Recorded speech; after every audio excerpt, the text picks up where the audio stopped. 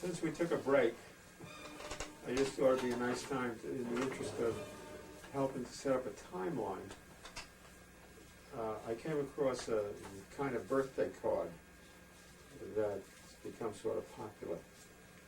My brother sent this to me, called Pages of Time, 1924, which was the year of my birth, and commemorating my 70th birthday. So Myron had given me this saying other things that happened of importance in 1924. And just glancing through this, I can see in the World News section, Lenin died.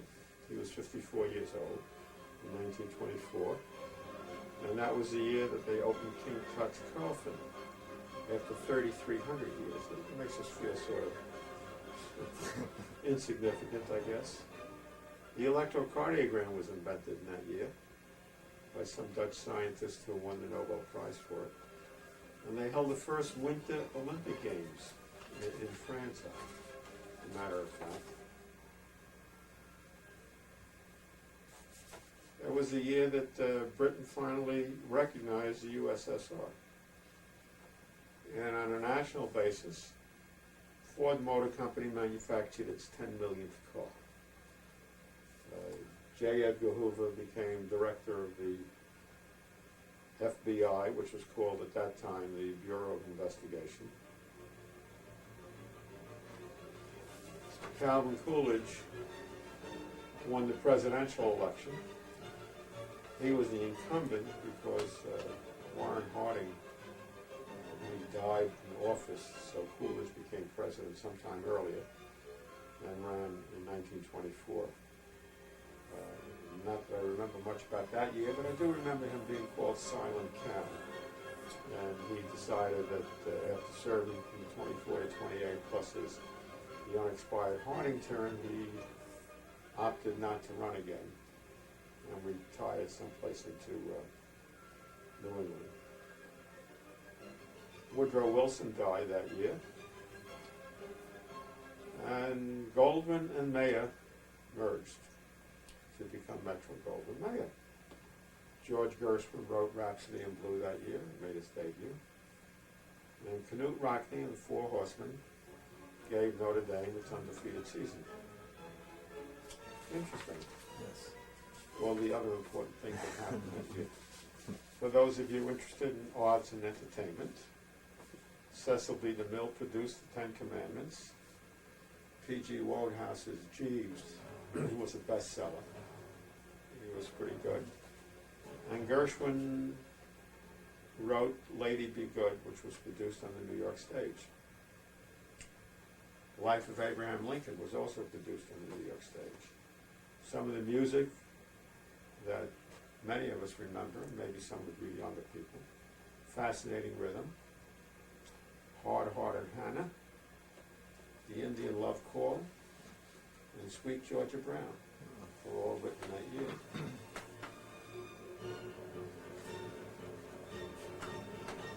Rocky Marciano was born, those of you who remember. Sports era. Gene Tunney knocked out Georges Carpentier. That was not a heavyweight boxing, that was not a championship match there. And the Washington Senators won the World Series. Now, I happen to know that that wasn't the last time because I remember in 1933 watching the New York Giants beat the Washington Senators in the World Series, so they must have made it again. The Indianapolis 500 was won with a speed of 98.23 miles per hour. Real fast going. Prices in 1924. The average income was $2,196. The new car cost $265. The new house was $7,700. A loaf of bread was 9 cents. A gallon of gas was 11 cents. A gallon of milk was 54. Dow Jones average, which just crossed 5,000, was 100. Oh.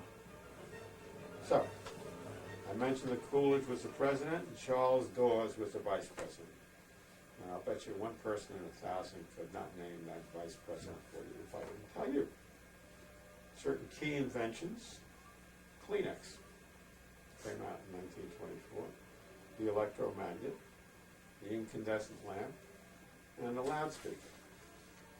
And the life expectancy in 1924 was 54 years. I guess we're already ahead of the game. Some of the other famous people born in that year: Gloria Vanderbilt, Lee Iacocca, Dennis Weaver. 2 presidents were born that year: George Bush and Jimmy Carter. And one president's daughter, Margaret Truman. Marlon Brando goes back to that age.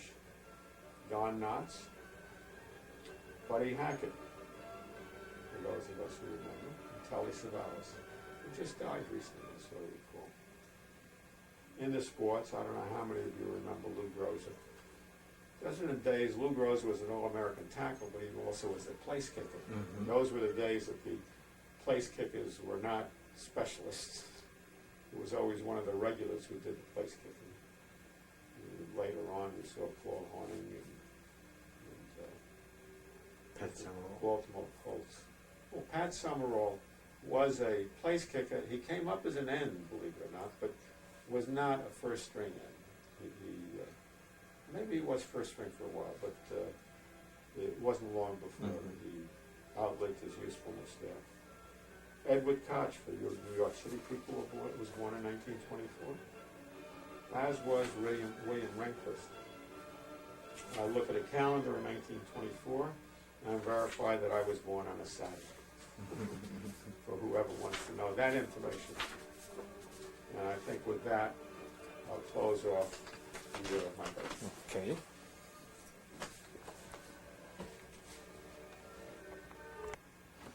Getting back to the more serious part of living my life rather than just referring to the year of my birth, of which I don't remember too much. Discharge, as I mentioned previously, in January of 1946. At that time, I came home in January and immediately thought about going back to college. While I was in service, and I spent some time out at the University of Nebraska, which was a real university, a real college, and saw what it was like out there, and recognizing that the Bill of Rights was available, I swore I wouldn't go back to City College. A great school and all. Mm-hmm. City College was an advanced high school. You know, what was, we used to watch in the movies about all these happy times that you had at college. And I went to college. I left home in the morning, went to school, came home. So I was going to get a little bit better life. But unfortunately, I was along with many million other returning GIs who had all kinds of GI Bill credits, and they were going to go into the other schools. It got to the point where the colleges almost had an unwritten rule that they were not going to accept any transfers. So the only way I was ever going to be able to get into another college, whichever one I chose, would be to deny the fact that I ever did go to college before. And that would have meant giving up 2 years. Mm-hmm. I had credit for 2 years plus at City College, which meant that I could do it in another 2 years or less.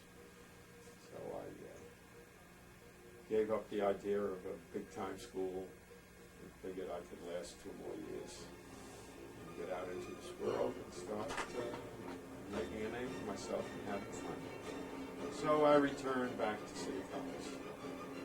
And the first thing I found out was very interesting.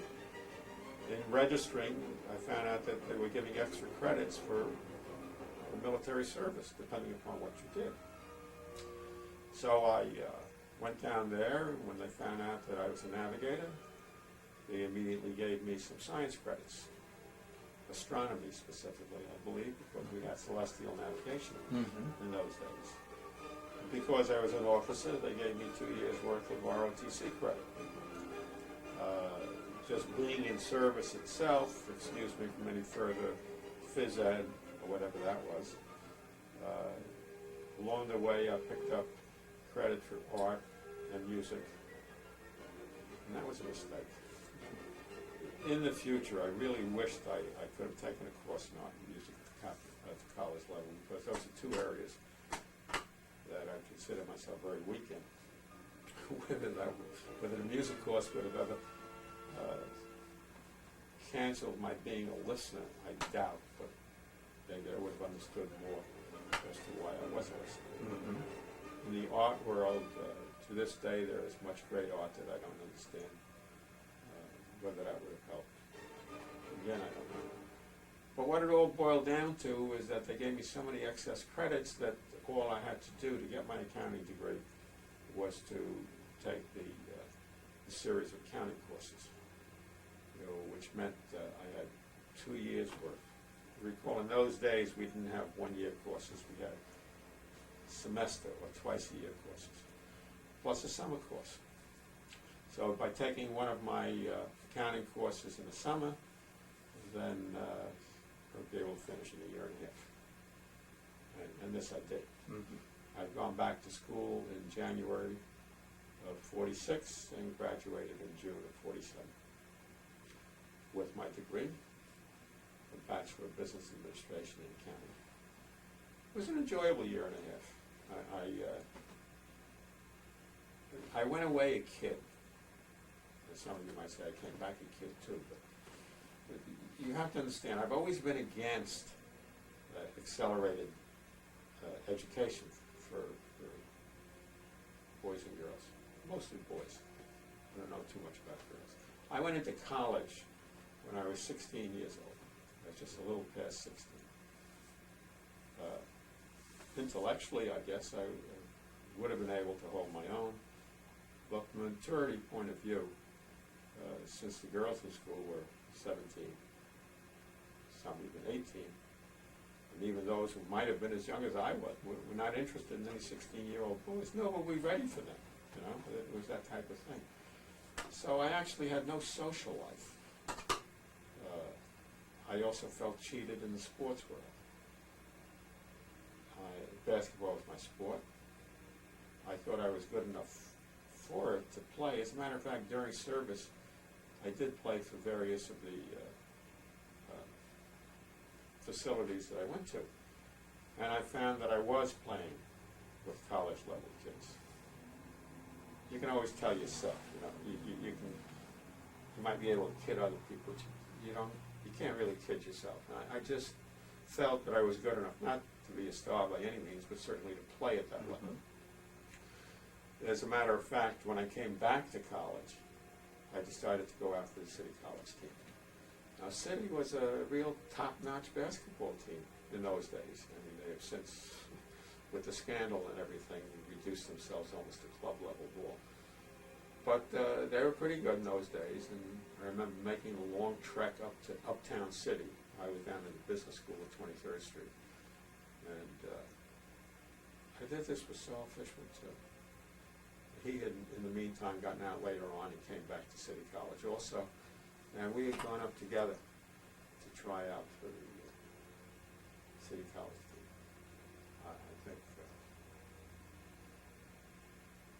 I guess I should admit, since I'm admitting it, I think Saul was a better basketball player than I was. But don't tell it to Saul. He was taller, maybe stronger off the boards. I think I was quicker. But in any event, we went up and we tried out. And after the first cut, I'll call it the first cut, they sort of lined us up and went down to take our names and classes and everything else. And I remember Nat Holman's assistant, it may have been Bobby Sand at the time, came up to me and said, name, what class are you in? I said, I was a junior. And he took a second look at me. And that was like, we're not going to go look at any unproven kid and spend the first year or two breaking, and then before you know it, we lose him.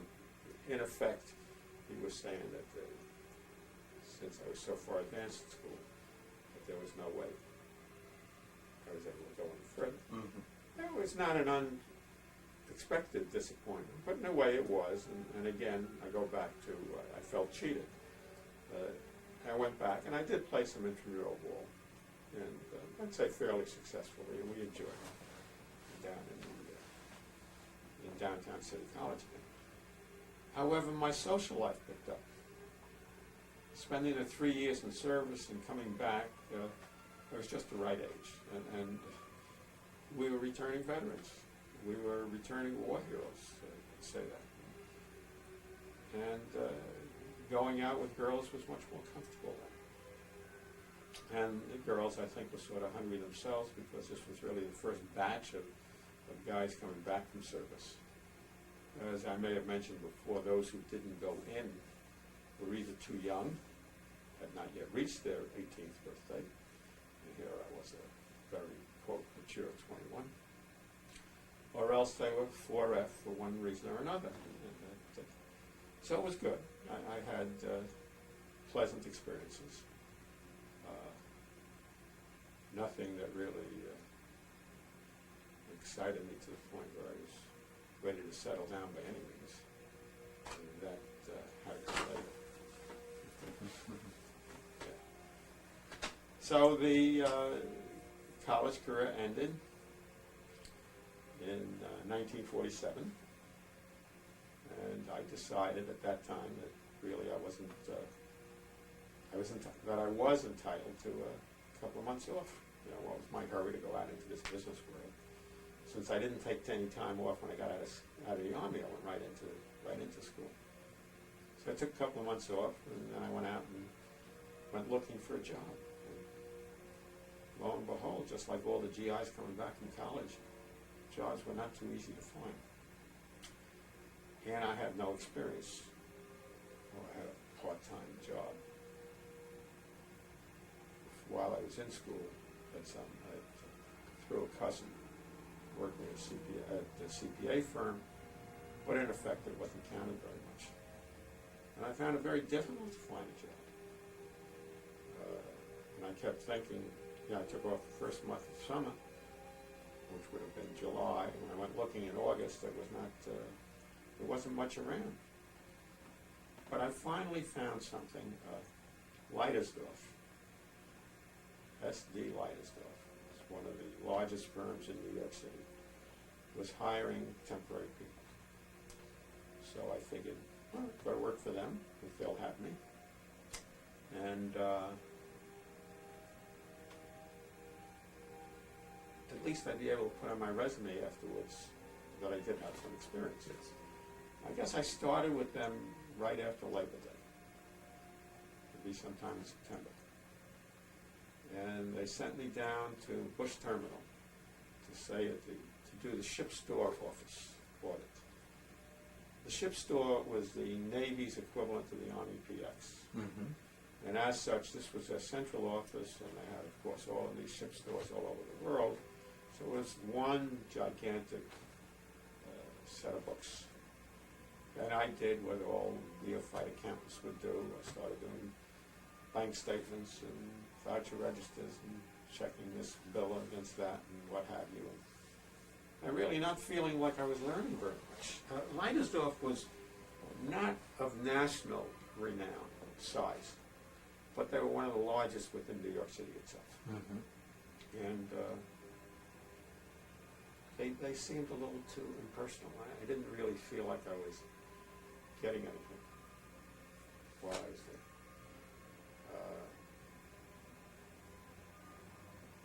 But it was there, it was a job. And I was waiting for them to tell me that my temporary job was over.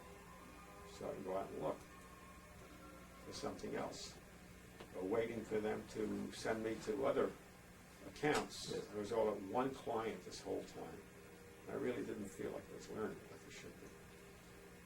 And they were paying, you might find this interesting, I was working for them for $40 a week. I was getting the benefit at the time of the GI Bill, mm-hmm. which, since all accountants were required to get 3 years' experience before they could sit for the CPA exam, then it was considered almost like an apprenticeship. It was almost like they had you. There wasn't any place else you go. You had to get your 3 years' experience with a public accounting firm. Mm-hmm. So Leitersdorf's $40 a week was pretty good, and the government supplemented it the GI Bill supplemented it as training, continuation of college. And they boosted it up to a maximum of $270 a month. This number that sticks in my mind. $270. So in other words, if I got $40 a week, $160, $170, they would then give me a check for the difference and consider it further training, which was fine. So there I was stuck, and I was going to be stuck there for a while. Matter of fact, every time I got a raise, I'd lose money because the salary was taxable and the supplement amount was not. I got a raise of $20 a month, then they would give me $20 less, and I have $20 more that was taxed. The funny kind of thing. But that's the way it worked. But I wasn't thinking in terms of big dollars at that time. So were you with them through the end of that year and into 48? No, I didn't make the year. I didn't even make the half year. What had happened, recognize I was just hired on a temporary basis. And here we were coming into November, and I'm saying to myself, boy, if they keep me until January and then dump me, I'm going to miss the whole tax season, which in public accounting is pretty big. So towards the end of November, as we approached Thanksgiving, I called up the central office, and I said, geez, when are you going to move me around? First of all, I said, I'm temporary, what's the story? They said, oh, didn't we tell you? You've been made permanent status. Yeah. Okay. That's great. Now, when are you going to start giving me some experience? When am I going to start going to other clients? Well, we'll start emptying out the ship stores complement. It was the first time that Leitersdorf was doing the ship stores, and it was a semi-annual audit, and the first time meant that they had to spend more time on it. And that's why there were so many people there for so long. But starting, I guess this must have been the beginning of November. So they said, by Thanksgiving, we expect to have the whole group individually reassigned to various places. I said, okay, I'll wait. Well, November came, Thanksgiving came, Thanksgiving went, guys were transferred out, I was still there.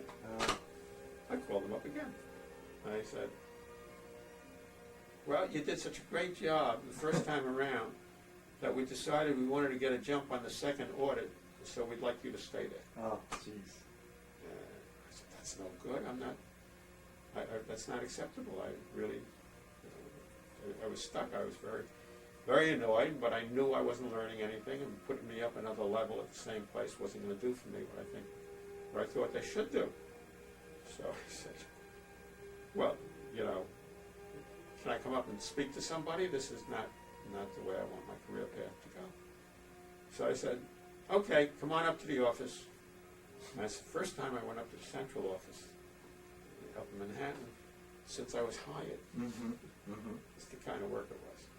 Well, I had other assignments. I remember them sending me to a Howard Close account to go do an accounts receivable audit in connection with year end. They sent me down to Bond Clothiers in Philadelphia to do a cash audit, petty cash audit one time. But in the main, I was stuck in one place. So here I thought, well, I'll go up there, I'll make my pitch and ask to get other places and stuff like that. They said, came in, yes. I said, this is why I'm here. They said, oh, we just wanted you to come in so you can give us your audit stamp back. And that was it. They used to give each of us what they called a little audit stamp. And it had a number on it which was associated with you. And every time you go through some papers and do an audit, instead of just initialing it, you just stamped it. I see. And that indicated that you were responsible for that review. And I guess they didn't want that thing floating around, so and that was it. No offer of anything else. It was a little put out by this thing. And they were, seems like they were annoyed at you questioning I their... don't know. No, it was very No? impersonal. I don't think they were annoyed at it, and I don't think they were disappointed in me. It's just that they wanted me to stay there, and if I didn't want to stay there, that was the end of that. So that was the end of my association with Leitersdorf, which really was temporary, although we could have made it permanent. But couldn't see myself doing that. I have to mention one other experience I had with them, which is at one point when they were giving us assignments to go to, the various year ends, fiscal year ends. So there was one particular assignment that nobody really wanted. It was to do J.P. Stevens inventory, which was up in New England at the time. And I heard the guys talking about it, those who've been around for a while. I said, you don't want to go. It's, you know, it's a small town, there's nothing doing there. You kill a whole weekend, it's just boring and dull and everything else like that. I said, gee, doesn't sound like the place I want to go to. And some guy says, don't worry, you won't. I said, why not? He said, because your name is Cohen. I said, what do you mean? He said, well, can't you figure it out? They don't send anybody with names like Cohen up to J.P. Stevens. I see. I said, this is Leinersdorf. He's one of the biggest Jewish philanthropists around. What are you talking about? And I said, well, it still carries the name of Leinersdorf, but he's no longer in charge. There are a few other people who are running it, and that's the philosophy they follow. Well, needless to say, I did not get assigned. I think that was the time that they sent me down to Philadelphia I see. to do the bond close. And this came back to haunt me in years later. If you recall, J.P. Stevens became Secretary of the Army, or an undersecretary, and he was one of the antagonists for Senator Joe McCarthy Oh. at the time when McCarthy was attacking communism in the Army. Yeah. You know, and I remember seeing Stevens up there, and you all know the way I felt about Senator McCarthy. I mean, he was really one of the classic demagogues in our era. But I have to tell you, I wasn't feeling sorry for Stevens. And I wasn't quite sure who I was rooting for in that particular exchange. In any event, there I was coming into the first of the year and having no job. I mean, I had no family either, so I guess that wasn't important. But just after the end of the year, January 4th, I hooked up with an outfit called David Kestenberg. And it was a medium-sized outfit. It was about, staff of about 15 people. And I think it was like January 4th, the very beginning of January. Now remember, I told you that when I worked for Leinersdorf, I was making $40 a week. Well, nobody seemed to give me much credit for the work that I did at Leinersdorf, recognizing this is a very large operation. But the only way you get credit for this is to go to other large operations. So I started working with Kestenbaum at $30 a week. I took a $10 cut, but it wasn't really a $10 cut because Uncle Sam made up the difference again to bring me up to my, it was still considered job training. But it did put me $10 a week behind on my movement forward. But I was with Kestenbaum for like 4 years, and it was probably the most fruitful 4 years I had. I mean, because it was a small firm, I was able to move quickly from the junior to the semi-senior to the senior status. I had a variety of accounts. I was able to handle my own. Mostly in and around Manhattan or New York City? Mostly in and around Manhattan. But I did have a meat packing account up in upstate New York, someplace in Greene and Delaware counties. And it's easy to remember that because the name of the outfit was Greendale. I handled a Union Steel operation out of Union, New Jersey, another steel fabricator down in Philadelphia, Long Island. But in the main, it was in and around New York, as properly said. But it was a good experience because of the size. It was while I was with Kestenbaum that I took my CPA exams and passed them. It was also while I was with Kestenbaum that I met my wife. I should get off. We really can't mix the two. Okay. One is business. Okay. One is social. But enough about business. I gotta. Okay.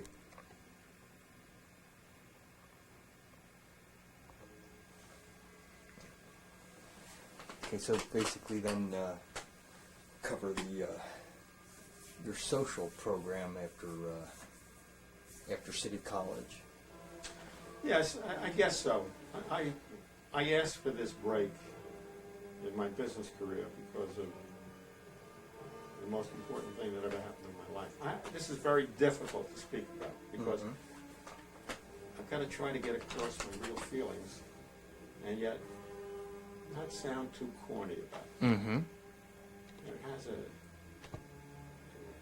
it could be. Mm-hmm. So Okay. bear with me. Okay. I'm going to tell you how I met and fell for my wife. Okay. This occurred, as I mentioned before, while I was still working at Kestrel.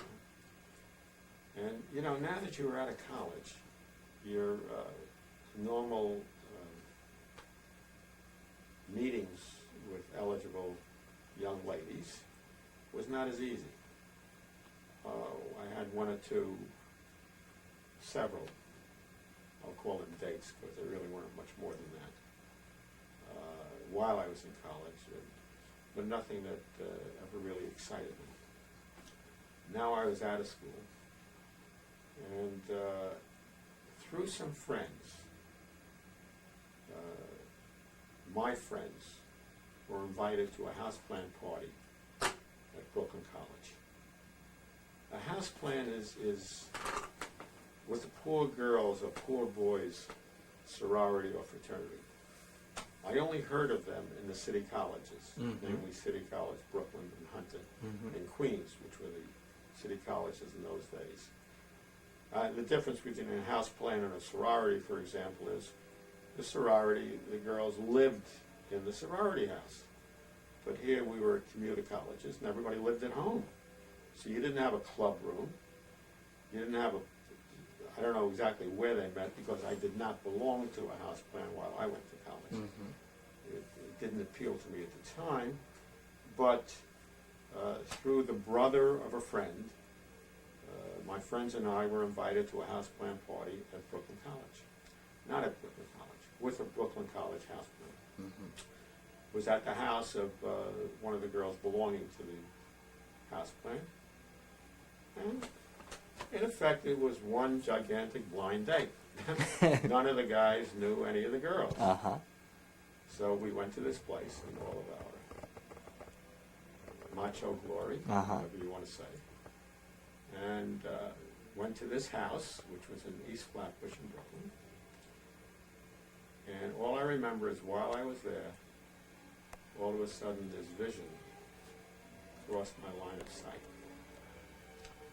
Her back was to me, and I saw what I considered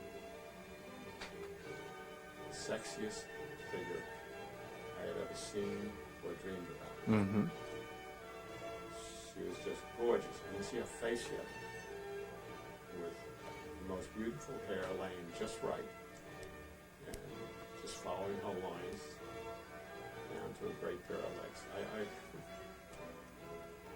I said it's going to be hot, and it is, because it just sounds corny. I really believe that she surpassed, at least at this stage, all my dreams. You know, we all had dreams in those days. And I just walked over and tapped her on the hips to ask her to dance style. And in my mind, I'm saying, I hope she's not ugly. I hope she's not ugly. I hope she's not ugly. Because I could see that I was already attracted. Well, she turned into me and gave me that smile of hers and those gorgeous big eyes and stepped into my arms, and I felt my knees buckle. And we danced for a while. And I really felt like I was walking on air at that time. And I also felt like I could not let this go. I could not leave her out of my sight. My friends kidded me afterwards. They started calling me the leech because I wouldn't let go. and I didn't.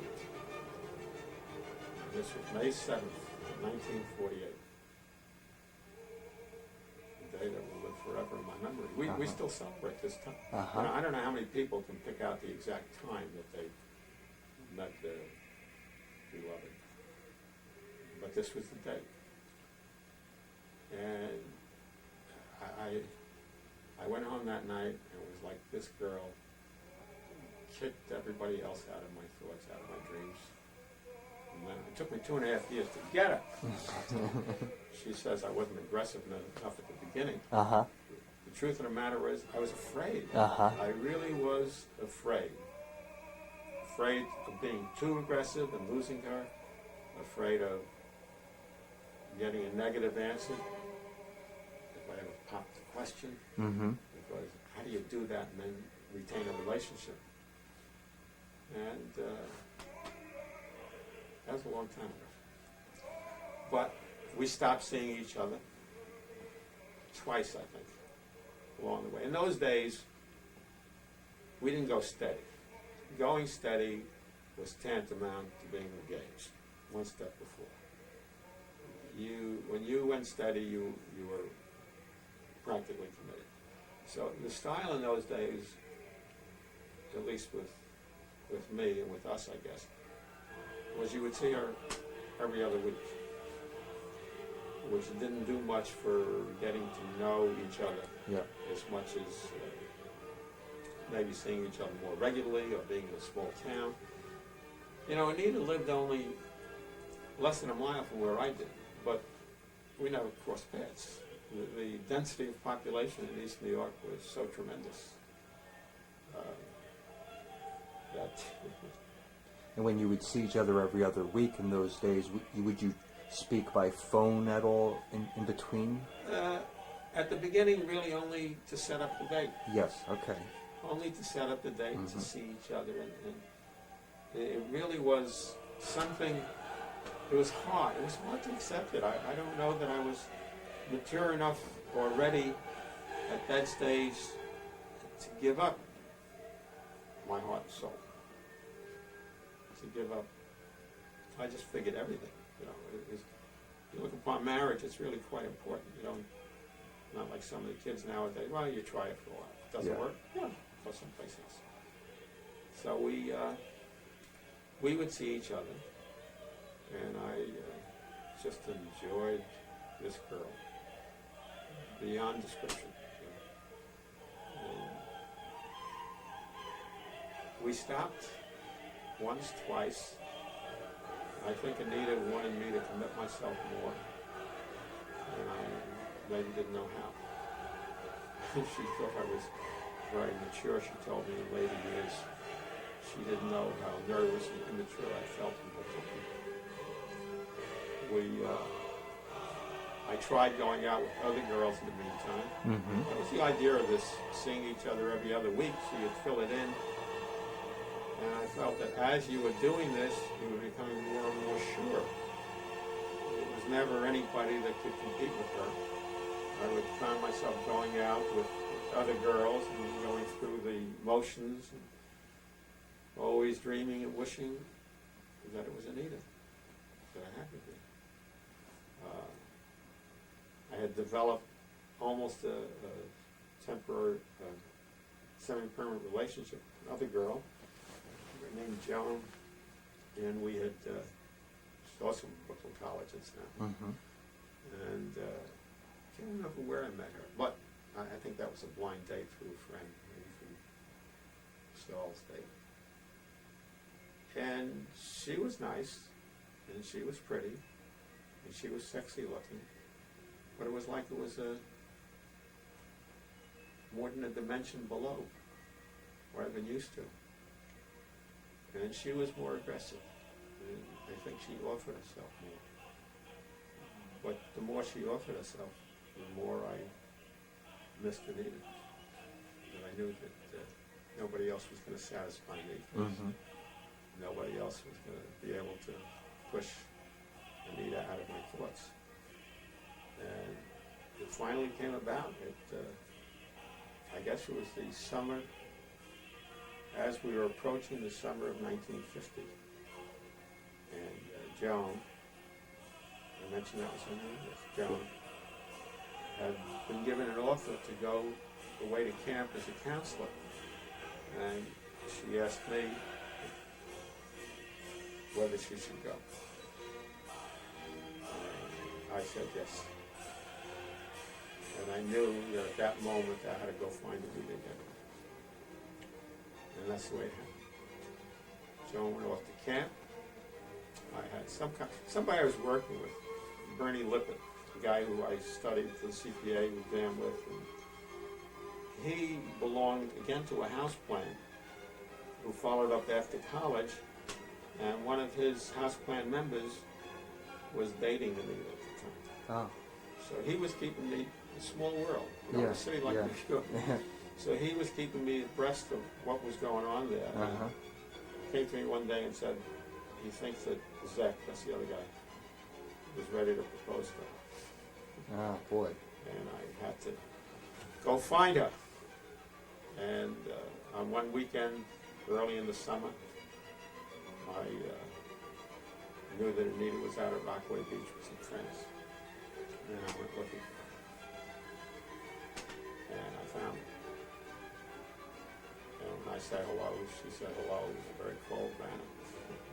And I groveled and begged.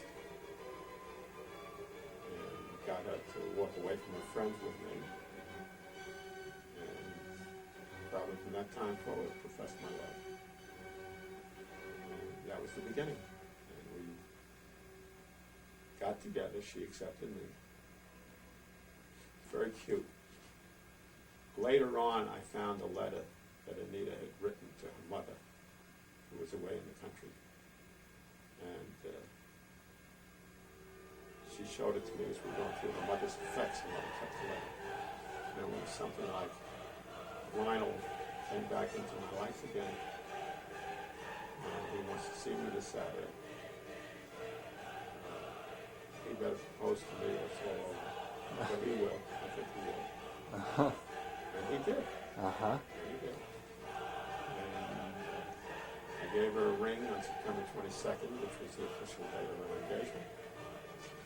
And we set out plans to be married December 24th. Anita was already teaching at the time. You know, if you marry a teacher, you got to take your honeymoon either during Christmas or during summertime or during Easter. Mm-hmm. So we set our date, December 24th.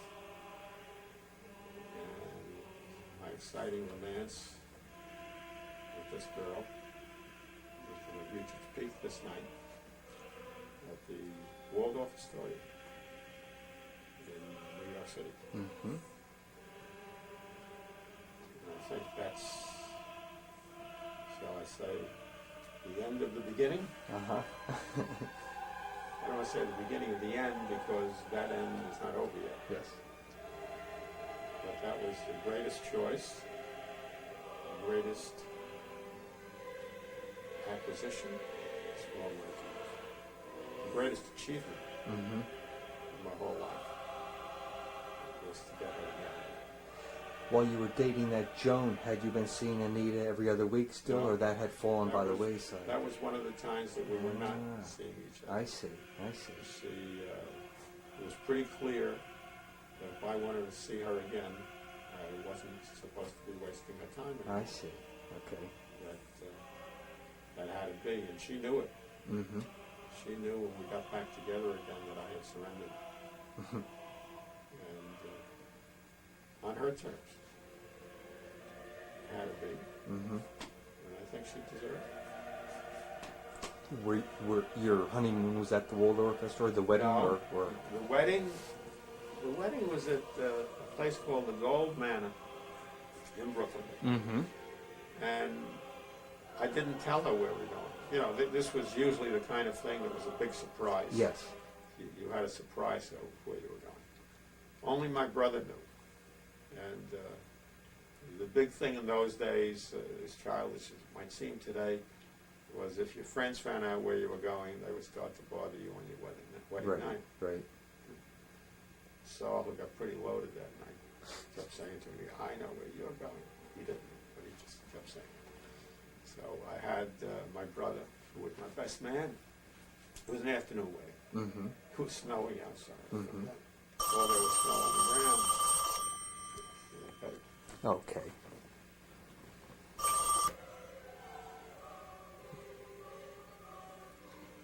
The wedding, as I said, was held at the Gold Manor. My brother Myron was the best man. And after it was over, it was quite a wedding. It was a very big wedding for young people. We each had a lot of friends. And my recollections of it was great. Even though it was very funny, but the bartenders wouldn't serve me any drinks before the wedding.